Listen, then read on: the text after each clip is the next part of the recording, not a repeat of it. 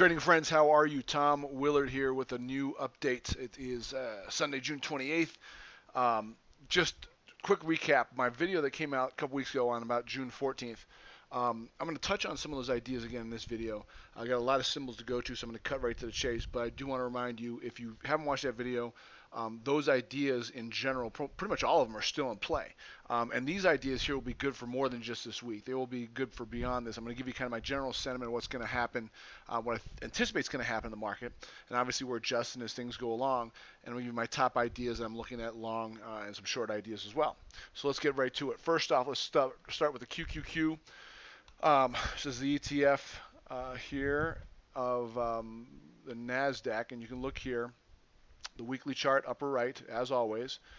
Daily to the left, upper left, 60-minute to the lower left, and the 15-minute to the lower right. Again, looking at these ideas, these are mostly swing trades. I will talk about some day trades here and there, but mostly swing trades. So this will be valid again for a few weeks, at least, as things start to unfold and candles start to get laid down over the next few weeks. You can start making educated decisions based on what's happening as well as these ideas that I'm watching. So Qs, we've had obviously a big move up. Last time I did a video was right here when we had this big day down, or right before we had this big day down, I believe.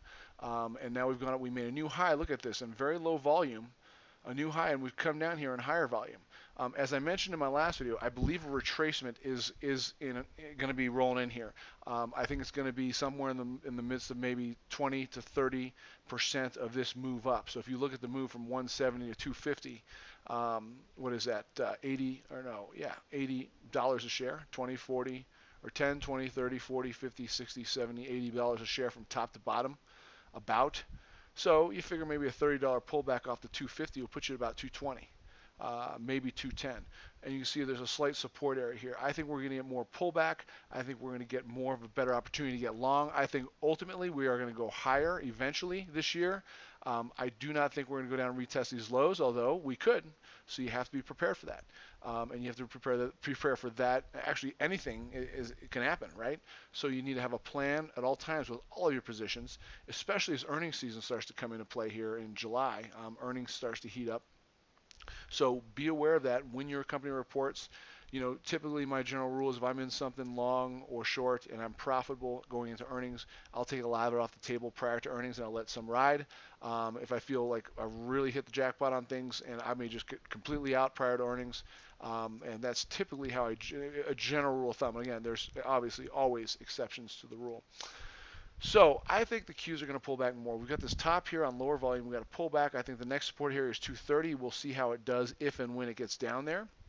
If you are a bull and think this thing's still going to go higher, the thing supporting that case is here on the daily chart. You'll see we've already pulled back to the rising 20-period moving average. And you see that every time over the last, since April, every time we've tested it, it's bounced right back off that 20-day.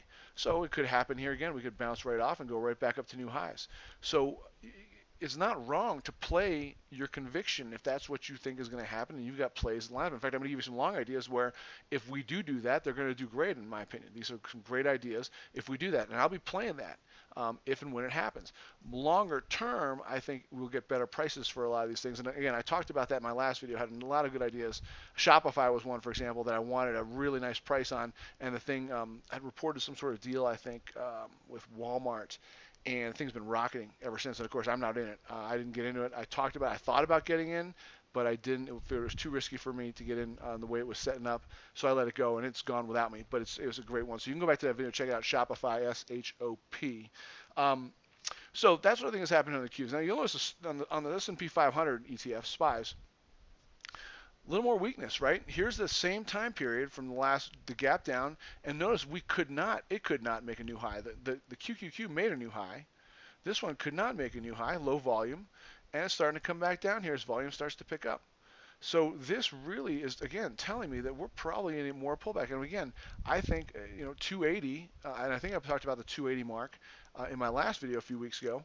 I think that's definitely reasonable that'll happen. People will be running around with their hands up in the air, screaming and running in circles, I think, if it comes down, especially if it comes down there quickly. There'll be a lot of panic, as is normal. But again, we've got a support area. And again, this is not also a thing where you just go, I'm talking about levels, and if it hits 280, up, Tom talked about in the video, it's 280, I'm buying. No, I'm telling you that's what I'm looking for, but I got to see the candlestick action around that 280 when and if it gets down there before I start buying in. That's what I'm anticipating. But again, I don't have a crystal ball like anybody else. I don't know what's going to happen for sure. Okay, but you don't have to know what's going to happen for sure to make money in this game. You don't. You just have to have a plan, and you got to follow it. You got to take your shots, throw your risk out there, manage your risk, and then ride those suckers when they start moving in your direction. Okay. So Spies, I think the same thing. The footprints here are telling me that we're going to go lower. Doesn't mean we will. Again, we're touching on the 40-period moving average. We haven't done that yet. It's curled up. This could be a nice bounce point. You do have some support here at about 297 from this big move down here. See if it holds. If it holds, we go up to new highs. And you got to have some. If you can't just sit out because with your arms crossed like a baby, going, I didn't get the 280 price that I wanted. No, you got to take what the market gives you, flow with the river if you want to make money at this game, and stay on top of it day after day after day if you're doing this for a living. All right, let's get to some ideas here. Peloton, talked about this in the last video, been tweeting about it. I'm in this thing. I'm digging it big time. I think it goes higher. It is extended now. This is not a time to be buying this thing. I had a friend of mine who is quite a novice in this, and he'll text me and ask me, hey, should I get into this? And I noticed that he wanted to chase this thing up here. And I said, no, wait. Now, that doesn't mean tomorrow it could go to 65, the next day go to 70, 75, 80, just like Shopify. In fact, let me just pull it up since we're talking. So I've already brought it up twice. It's not that hard for me to type in the symbol here. Hold on a second. My computer is slow. Yeah, Shopify here, right in this area. I said, okay, I'd love to see it pull back here to the $600 mark when it was about 700. And I said, I may buy it at 800 if it sets up. And it actually hit 800, but I was like, I'm not pulling the trigger on this. And you can see it's gone from literally 725 to nearly 900 or almost hit 925 and closed up here at 910 over the last 8 to 10 trading days. So this one's up there, and again, it goes without me. So going back to Peloton, I'm in it. I'm in it right now. So I could buy more, but I would not be chasing up here. If anything, if this thing blasts past 60 and the volume gets climactic, I'm going to sell a portion of my shares into that in anticipation that I'll get a pullback. Will I get a pullback for sure? I don't know. It may go straight to 100. It could go straight to 1,000. It could go to 0, right? Someone commented on my last YouTube talking about, I think, selling options, selling puts. On this, but a brilliant idea. If that's something you want to do, say you want this thing, say you want Peloton, say you think a good price is at $50 a share or 45, you could sell naked puts at that area and collect the premiums. And of course, now if the thing crashes and goes down to 30, you're gonna be hurting. Okay, so be aware. You better know what you're doing. If you're gonna sell options, whether they're calls or puts, you better know what you're doing. Especially these naked ones, they're dangerous if you don't know what you're doing. You can obviously sell calls against your position and collect premiums on those if you're in this. I don't have any options on this right now. I'm fully in it. I own this stock, okay? And I'm riding it. And like I said, if I get a burst past 60, 60 is my bogey right now. If I get a burst past 60 on volume, we had a pretty good day. And this could be a reversal bar here, actually. We get a pullback, okay? Depending on what the market starts crashing on Monday, this thing starts coming down. I may take some profits here at 56. Okay, I'm just kind of laying out for you the way my mind works and what I'm thinking about in these positions. Take some off the table off this beautiful run. Again, I remember I bought this thing way back down in here, in the mid 30s originally, and then added to the position and I've added twice to the position, so I got 3 lots in this thing, and it's looking great. Now again, that doesn't mean this thing could open up at 30 tomorrow, or less, or vice versa. So know what you're doing. But Peloton is something I'm looking to take profits on big moves up, and as it pulls back, buy those shares back or buy portions of it back, because I think this uptrend is intact. Now, again, assuming the market doesn't completely collapse and go back down to those lows we saw at the start of this COVID circus that's been going on. Okay. Good old Apple. Apple, a lot of people love it. A lot of people hate it. I know there's people out there that love to just short this thing because they hate it. I actually am a believer in this stock, but it's extended, and I talked about it last time in the last video. Like, I wanted 320. Did I get? Here's my arrow. Here's where it was. Did I get 320? No. So did I buy it? Tell me. No, of course not. I don't get my price. I don't buy it unless I get some sort of setup that behooves me to do so. But in light of where the market had done, what this one had done, this is obviously a NASDAQ stock. It's just gone way up here, and it's pulling back. Now the volume's picking up. I think there's going to be more downside. So where do I want this thing? Again, here at support 320. So I want to see it come down to 320, set up, look at the market conditions, and if the market conditions look good, and this one's giving me candle formations at the 320 support area. Now again, it's not 320 at that, it could be 315, it could be 325, in that vicinity, okay? I would look to get long on this, but right now, too rich for my blood. I think this thing's got downside. If anything, I'll short this thing intraday if I get the right market environment to ride this thing down. But again, notice it hasn't even touched the 20-period moving average here. See it on the daily chart? So a little bit more, maybe another $1 down, $2 down, it would be equidistant from the closest it's been to this moving average, and that could be a buying point. So those are things I got in the back of my mind too if I'm looking to short this thing intraday. If it's getting close to that area, I'll just watch it, or I may just scalp it long instead of going short and ride it up for a couple bucks during the day. Okay, those are the way my mind works on this sort of thing. But Apple, again, I'm interested more as a long-term. These videos are more for long-term trading. I want it more at 320. I want to see a pullback. I want to see the market pullback. Apple is worth keeping on your radar, whether you're a day trader or a long-term trader, because I think it's very useful. It's a great stock. It moves a lot every day. Look at Sienna just settling up here, right? Weekly chart up here. Look at this beautiful little pullback. It's away from the moving average here a little bit, but it's starting this new uptrend. I like the way it's sitting here. I'll do this thing. I love this thing. I've coined this frame a long time, or this term a long time ago. Some of my old students know this. It's called, that Zombieland movie, the double tap. I love the double tap formations where you get a pivot where it triggers, and then it takes out that pivot. In a sense, it stops people out. And that next entry is the entry that I like to really scrutinize getting in on, okay? Especially when it's extended on the higher time frame, okay? If you need to hear that again, rewind the tape, because what I just told you I think is gold.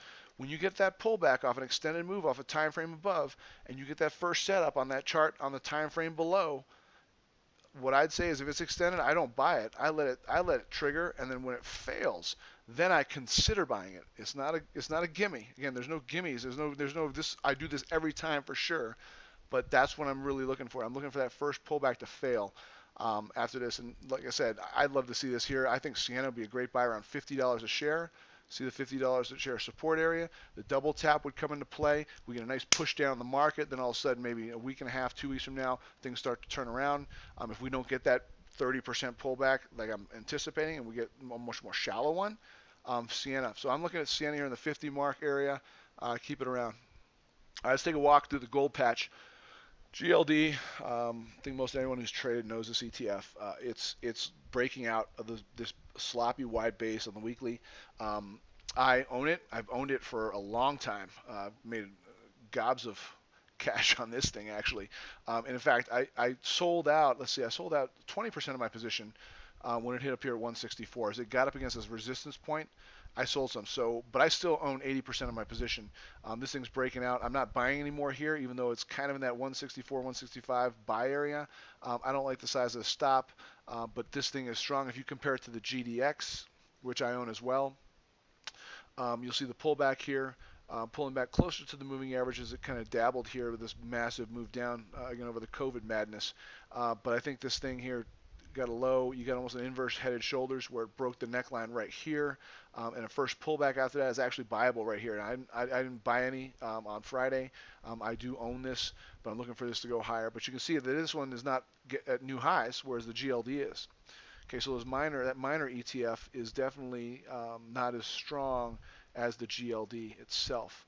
Newmont, another one I own, pulling back, setting up here, inverse head and shoulders, neckline. You got a base here. You almost got a little cup and handle on the daily chart. Volume indicates to me that this is going to go higher. Again, I'm in it full lot. I might buy more if it gets up over 60 and the goals are humming on Monday. But this looks great. And again, keep in mind earnings when all the earnings comes up. Another one I own is AU. This one's looking great. You've got a flag forming here off brand new highs on the weekly chart. You can see comparing to Newmont, which one's stronger. It's a no-brainer, right? I'm not even going to tell you which one because you can yeah, you know which one's stronger. So this looks great up over the highs. I already own it. Looking to add to the position on a breakout above. Wheaton, precious metals. Again, AU's the strongest of the three. WPM here pulling back. Same thing as Newmont, right? A little bit more strength actually in the WPM. Pretty extended though here on the weekly from the moving average. Just like here, when I took profits in this area, bought the position back, and now looking to add to the position again. But right now, again, I'm in a full lot on this thing, watching this. And again, if this thing go aggressively to 46 bases out, then I'll look to maybe get on the position again, let the moving average catch up. But we're talking about many, many weeks here if you look at this weekly chart. So definitely one to keep on radar. And it's looking bullish, and it looks like this trend is going to continue to the top side. Okay, fastly. This is a lesson. I'm just going to take a break for a second, give you guys a really good lesson in these charts and in what I see here. This setup, what I'm seeing happening here, I'm sure has almost or has ended many a trading career. And the danger behind this is this: we go to the daily chart, okay, and you see what happened here. I mean, this thing got just stupid on its momentum. Look at the volume, right? And so what certain people do is they go, okay, well this is way too far gone. This is way extended. I'm going to go all in and short the crap out of this thing right here. Okay? And so they get short, and they're like having a party this next day. They're, oh, it's going lower. Yeah, it's going to go great. And then, well, I'm going to short more, right? And what happens is it feeds on itself. So if you look at what happens here is people get short on these momentum moves, and they get crushed. And it's just, I mean, if you look at this weekly chart, I mean, it's ridiculous, right? It's ridiculous how far it's gone. You're thinking, who the hell is smart enough to buy up here? Well, or dumb enough to buy up here? And a lot of it's people who shorted along the way that have to cover or getting called out on their accounts. Okay, so this creates what I call a slingshot setup. And what I find happens here is this. Now, I'm not in this position at all. I'm not in this right now. But I thought this was a perfect example. I was day trading this thing the last couple of weeks. It's been a great mover. It's definitely spready, so you got to have a taste for this sort of thing. You got to like your hair standing up on your arms. If you're not knowing what you're doing, you're going to be freaking out. But you look at this move. Say from let's just use round numbers, from 50, the breakout here at 50, and it moved to 80. So let's just round it to $30. Then it had this pullback here of about $10. Okay, so 70 plus 30 would give us $100 a share. I would not be surprised if this thing over the next 10 trading days goes to $100 a share. Not surprised at all, because this is the slingshot play. When you get a big move like that, and it's like, think about when you're a kid and you get that slingshot and you pull it back. Here you are, you're pulling it back, and it moves pretty much equidistant as the previous move. And so I think $100, and what happens is people start piling in short, and you see the volume picked up, okay? And I'll day trade this short, and I'll day trade it long. When I see the squeezes happening, okay, it just depends on the setup that I'm seeing in the intraday. But I think on the daily chart, I think this thing's got a shot to go to 100 in the next few days. Now, am I buying it because I think that? Of course not. I don't have a stop. What the hell am I going to do? Buy it arbitrarily at 87, and where am I going to put my stop? I can say, okay, well, I'll go to 60. But if I want to win at 5% and get clipped left and right by getting pivots and bases taken out, which this thing will do to you, okay, I don't want any part of that. But if I had seen this when it happened on the slingshot play, I might have taken a shot at this. But you've got to bring into account what I've talked about earlier is your reward to risk. So say, for example, you got in here at, say, for round numbers, say 79, okay, the high of this candle here, 78, 79. Your stop is 69 to give it a little room, so it's $10 share stop. And again, what did I say the target was? $100, right? So at 79 to 100, that's $21 away. So if it even hit that, listen to me, if it even hit that target at $100 a share, you would have made only 2 times the amount you risked. And what I find that is if you indulge in that sort of thing on a regular basis, ultimately your P&L is not going to show the profits you're going to want. You may have slight P&L profit depending on how well your winning percentage is, but you got to be careful, okay? And so again, I think this is going there, but some of that's the problem with some of these plays and these slingshot plays is that the stops are so large that the reward is not worth the risk, okay? I repeat, the reward is not worth the risk, and that is a reason enough for me not to take the trade, because remember, anything can happen at any time. If you did your homework and saw my other video and are reading Trading in the Zone, you'll understand exactly what I'm talking about. Okay, here's a stock I haven't owned for quite some time. I traded it way back in the day when it first IPO'd, but you'll see here it's extended up, it's strong. You got a big engulfing red candle. What do you think I would say about this? You've watched my videos. Where am I looking to get in? Just pause the video. Think about it. See if you're learning what the minor support is, right? $20 a share. I'd love to see a pullback to around $20 a share. You can see the rising moving average. You can see the support area here. Again, with the market. Now, if the market goes ripping higher and this thing's pulling back to 20 and the market goes Climo on us and looks like it's going to really pull back, do you think I'd be buying it at 20 then? Do you think this would have relative weakness to the market? Okay, so you've got to tie in all these different things. You can't just blindly look at setups in a vacuum.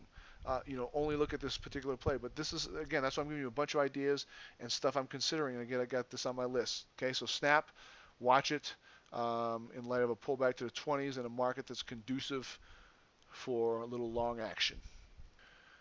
This one is just sexy. Look at this thing. Up, beautiful, moving. Now, again, I don't have to tell you, right? You're starting to learn. I hope. Would I be buying this here at 55? Of course not, right? Of course not. Look at the volume. I think a pullback is imminent on this thing, and I think $50 a share, a pullback to the support area, would be good in light of what's going on. Now, again, we're pretty extended, so think double tap here on the daily chart. If it sets up, maybe that first one, let it go, see what happens, or maybe nibble. All right, take the stop, and then and that's another thing. Don't anticipate the double tap happening and playing the first tap out and saying no, I'm not selling my shares because I know that double tap is coming, because that will end your trading career as well. Okay, it's not a foregone conclusion. Okay, Ionis, Pharma. Nice bottoming pattern here. You got a higher low. It's setting up. It actually kind of broke. You can see this little cup with a handle. Now it is ugly. I mean, this thing is sloppy overlapping candles. It's a little bit thin, I believe. Well, it did 1.7 on. I think there's a lot of volumes. There's a lot of end-of-day volume. If you know, I know some number names printed a crap load of volume at the end of the day. So I don't know if it's rebalancing. We got end of the month here coming up, right? It's the end of the quarter on Tuesday. So keep that in mind as people may start moving stuff around. There may be some sector rotations going on and profit taking. And that's another thing that lends to my thought that I think we're going to come down more over the next few days. But Ionis here looks great. The breakout over 60, I tweeted about this. I'm in this, looking for a move up from here. You've got a base here. You've got about a $4 stop at 56, 55 area. So I like this long. I think this is going higher. I'm in it, so we'll see what happens. CRISP, CRISPR Therapeutics. Again, another strong one here. Cup with a handle, broke out beautifully, so it's flagging again. I like what I'm seeing here. I want to see probably about another 3, 4, 5 days. Hell, if the market corrects, comes down a little bit more solidly over the next few days, and this one can actually chill here at 73, 74, 75, base out, I'm going to be jumping in on this thing. So keeping an eye on it, watching to see how this flag kind of plays out over the next few days. All right, last long I'm going to talk about, and I'll talk about one or two shorts really quick and some general short ideas, but Zee Scalar here, very strong. I don't own this at this point, but I like what I'm seeing here with regards to, I think a correction's coming. I think we're going to get a pullback. Obviously, 90 would be a great place to pay for this. We may not get it. You've got gap support here at 85 and support here around 95. So I want to watch it. Keep it on radar, see how it pulls back, see how the market does in relationship to this. I think this is strong. I think it looks higher. It's definitely something that's looking like it's trending up. It is getting a little bit frothy here. It is a lot frothy. It's a lot like that Shopify.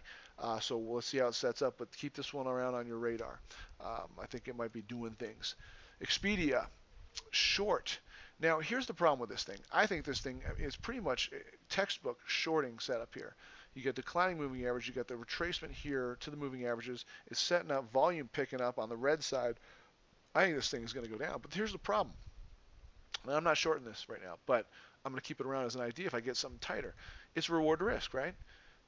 You get shorter at 70. So let's just say 80. Let's just say it's nice at 77.59. But say you got short at 80. Where's your stop? Damn near 100, right? Because of this candle up here. Now you could say on the daily chart, well, I'll use 90, and you can. Okay, that'll lower your winning percentage a lot of times because they'll clip you, but that's okay. It's all right. You don't have to have a high winning percentage to make money in this game. So you can take a shot. But even at 90, let's use the best case scenario at 90, $10 stop. So for 3-to-1 reward risk, how far does that have to go?